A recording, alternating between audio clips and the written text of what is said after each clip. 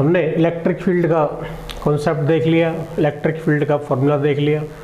तो क्वेश्चन कर रहे हैं हम यहाँ पे, calculate electric field required to just support a water drop of mass 10⁻³ kg and having a charge of 1.6 × 10⁻⁻19 coulomb. देखिए एक ड्रॉप है जिसका मास हमें दिया हुआ है कितना, 10⁻³ kg।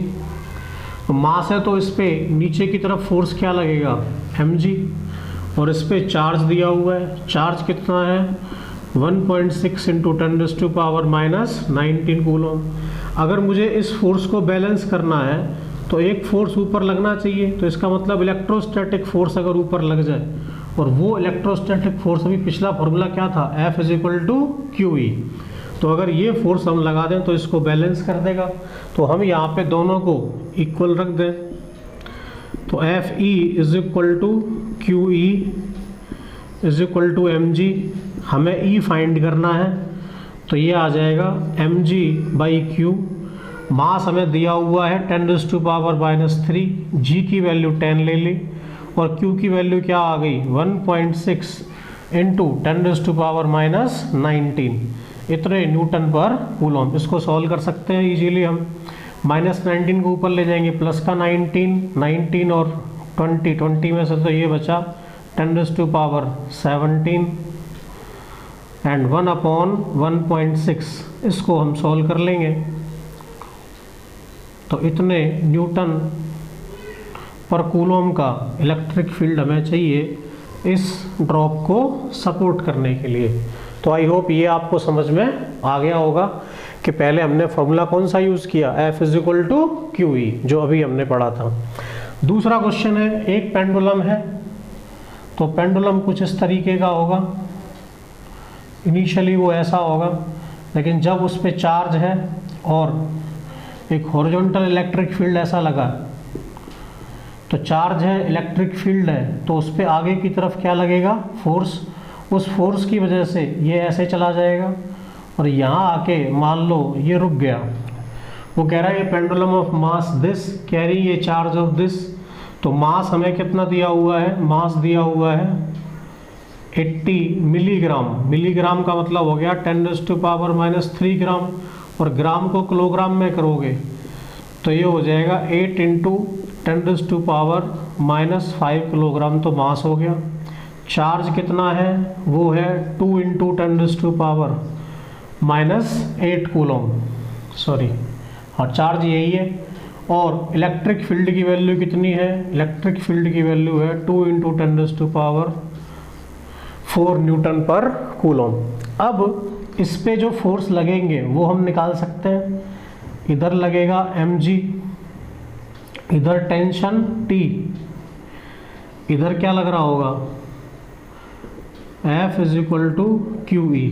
अब ये तीनों फोर्सेस की वजह से ये इक्विलिब्रियम में होगा, इक्विलिब्रियम में होगा तो ये एंगल अगर हमें गिवन है तो इधर कितना आ गया, इधर आ गया T cos θ,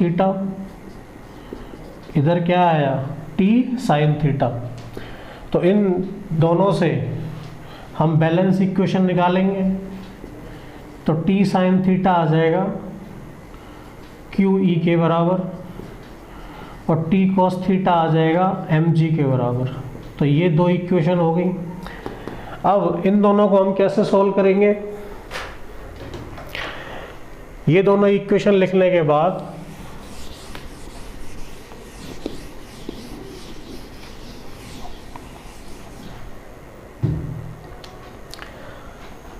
एक बार हम इक्वेशन 1 को इक्वेशन 2 से डिवाइड कर देंगे,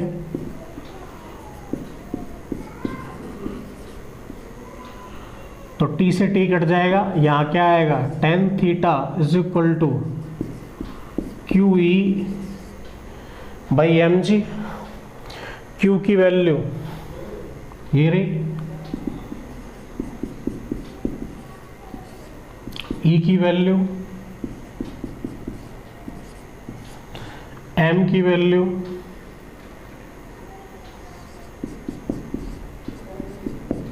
और G की वैल्यू 10। तो हम यहाँ से सॉल्व कर सकते हैं इसको। तो ये आएगा 2 2 जा 4 2 जा 8 और 4 -8 -4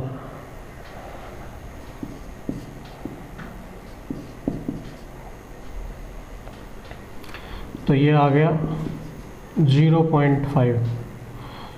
तो tan थीटा 0.5, तो theta is equal to tan inverse. एक बार इन दोनों इक्वेशन को स्क्वायर करके ऐड कर देंगे तो ये हो जाएगा t²।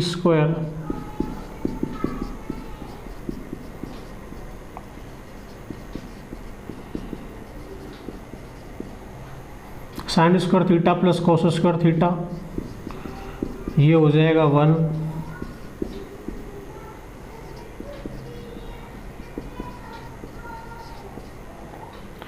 तो यहाँ से t² आ जाएगा। तो t की वैल्यू आ जाएगी √this। वैल्यू पुट करोगे आंसर आ जाएगा। ठीक है, दोनों क्वेश्चन आपको समझ में आ गए होंगे। Thank you.